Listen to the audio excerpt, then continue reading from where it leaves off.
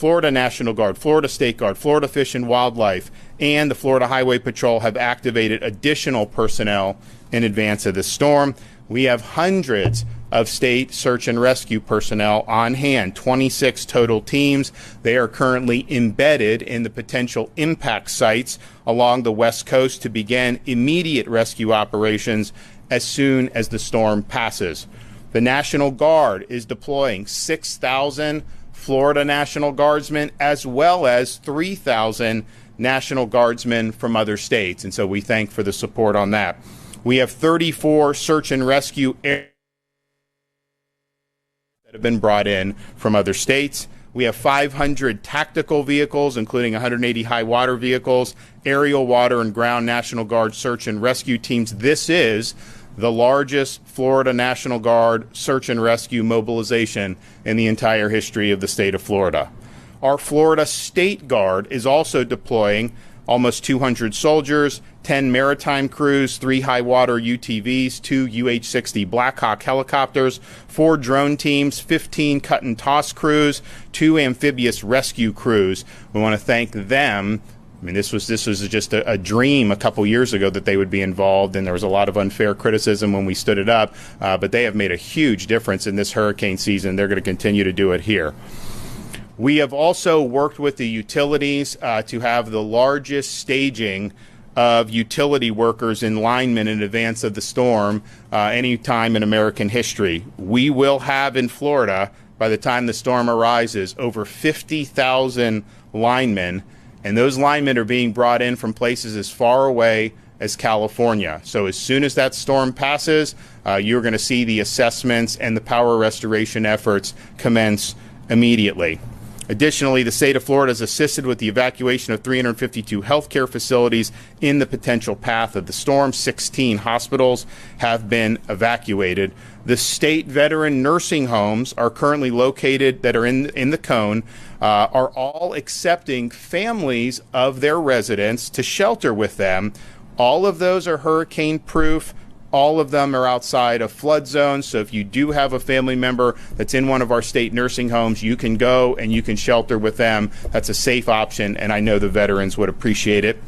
The Florida Department of Law Enforcement is directing deployment of additional 500 out-of-state law enforcement officers. These officers will help respond after the storm to maintain law and order. And there is going to be a lot of damage from this storm. There's going to be opportunities for people to try to take advantage of that. My message to you is don't even think about it.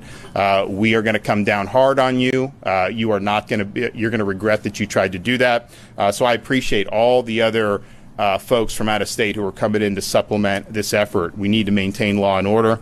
FDLE's mutual aid team is managing more than 70 active law enforcement missions, including identifying post-storm response squads, and these are really important missions, and we're happy for that.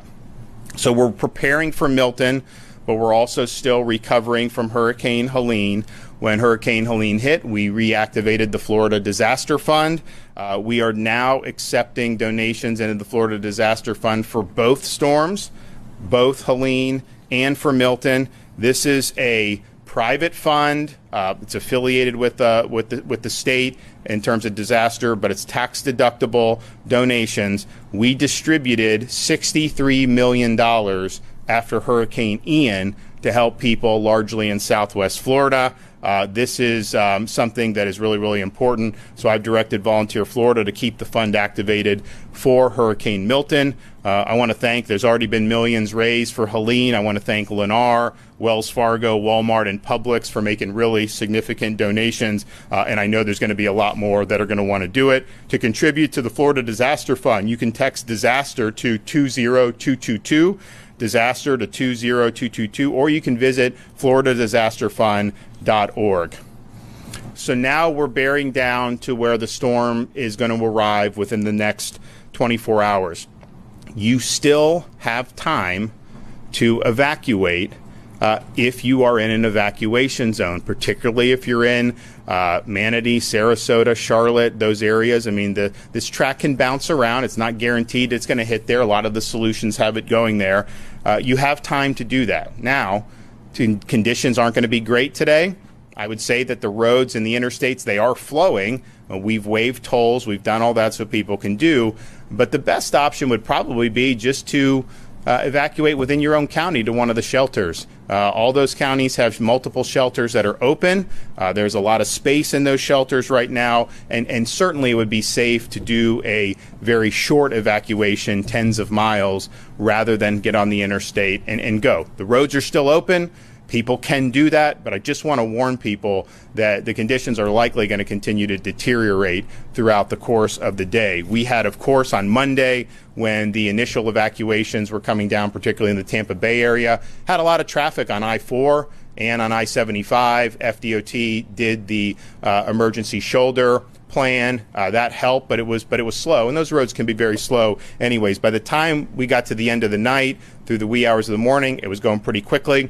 Yesterday was not as bad on those roads as it was on Monday, but what we did see is Alligator Alley down in southern Florida was about 150% of its normal capacity, and I think that's because as people saw the storm potentially bending a little further south, I think a lot of people in southwest Florida decided to evacuate across the state, and so that's that. The roads now are good, but I would just caution the conditions are not great now, and they're likely going to get worse as the day goes on. Of course, we do have a lot of mandatory evacuations in place. If you want to get a hotel, you can go to visitflorida.com/Priceline, Expedia.com/Florida. That is the emergency accommodation module that is there. I'm not sure what availability there's going to be in a lot of these places at this point, but if that's something that you're interested in, you can try that. Of course, we've worked with the Florida Restaurant and Lodging Association for distress rates for hotels, as well as waiving pet fees, and I know a lot of the hotels in the state of Florida have responded very positively for that, so I just want to thank them for doing that. We've also partnered with Uber for Hurricane Milton to provide free rides to and from shelters and counties with active evacuation orders. So if you want to utilize that, you go to when you do the ride, you do the promo code Milton Relief, just one word, Milton Relief. OnStar has activated Crisis Mode, which provides free crisis assistance services and in-vehicle data for Chevy, Buick, GMC, and Cadillac owners.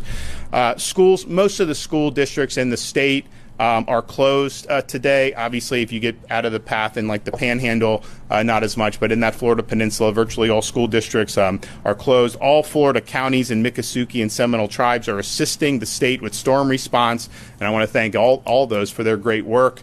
We have 149 general population shelters that are open throughout the state. The current total shelter population is just 31,000 individuals. We have room in those shelters for a total population of almost 200,000 individuals. So there is space available in these shelters. I know a lot of people would rather stay in a hotel, stay with friends, and that's fine. But especially now as the storm's getting closer, you may be able to get in your car and drive 10 miles, get to a shelter, ride the storm out, and then be able to go as you see fit, and hopefully you'll be able to get back to your place very quickly. But space is available. So there are 36 county-owned special needs shelters that are open and operating in counties that are in the path of the storm. Schools and other facilities are now also being used as supplementary state-supported shelters across the state. The state of Florida has now open 6 state-operated supplemental shelters. These may not ultimately be needed, but you have a lot of people in the evacuation zones. I think most people decided to just leave and find something on their own. We still have a lot of room in the traditional shelters, but out of an abundance of caution, we wanted to open additional options. So the 6 state-operated supplemental shelters currently are Hard Rock Event Center, 5223 Orient Road in Tampa, City Furniture, 3205 South Frontage Road in Plant City, Baycare, 1802 North Del Mabry Highway in Tampa, Life Science Logistics, 310 North Galloway Road, Lakeland, Babcock Ranch, 43281 Cypress Parkway in Punta Gorda, the Wiregrass Ranch Sports Camp, 3021 Sports Coast Way in Wesley Chapel, Florida. That site also has capabilities to service special needs individuals And Kevin is also working on setting up a 7th site. Now, those state-supported shelters, they do have generators, so you will have access to power. I think you have Starlink at those. They've got Starlink internet. So, look, it's not the 4 seasons, but there are some things there that will make it tolerable to be able to get through the next 24 to 36 hours. You can find the shelter options at floridadisaster.org/shelters. You can also find your county's EM page at floridadisaster.org/counties, floridadisaster.org/counties. So people have time now to evacuate if they are in the area of an evacuation zone. We see the storm is a very strong Category 4. I've said from the beginning, the prognostications are it's likely going to weaken before it gets, but it may not. And even if it does weaken, it's still going to be a major, major impact. So you still have time now to make decisions to protect yourself and your family. Massive amounts of space at these shelters. The roads are flowing. The conditions are going to get bad, so you just got to be very careful with that. But certainly these shelters are a very live option. I want to just finally thank everybody. When you have these emergencies with a major hurricane, it's a huge deal. We spin up all state agencies, everyone here at the EOC, working basically round the clock. You have all the counties and cities that were in the path of Hurricane Helene, and it wasn't just the Big Bend where you took the blow. It was massive surge up and down the west coast of the Florida Peninsula. A lot of damage was done. There were thousands of rescue missions that were effectuated immediately after the storm. Huge things done, like fixing the road and SR 786, helping with the bridges. There was so much that was done in the immediate aftermath and is still being done in that. Then you have another storm that developed, and immediately you're back on that posture, round the clock, no time to rest, no time to sleep for a lot of these folks, and it's not easy. And so I just want to say, on behalf of the state of Florida, thank you for discharging your duties. Thank you for accepting this mission. It's not going to be easy, but there's no better group of people that I would want responding to this than the folks that we have doing it throughout this state. Whether you're talking about the counties down on the Gulf Coast of Florida, whether you're talking about the people that we have here assembled in Tallahassee, these folks have proven themselves. They're working hard, and we will get the job done.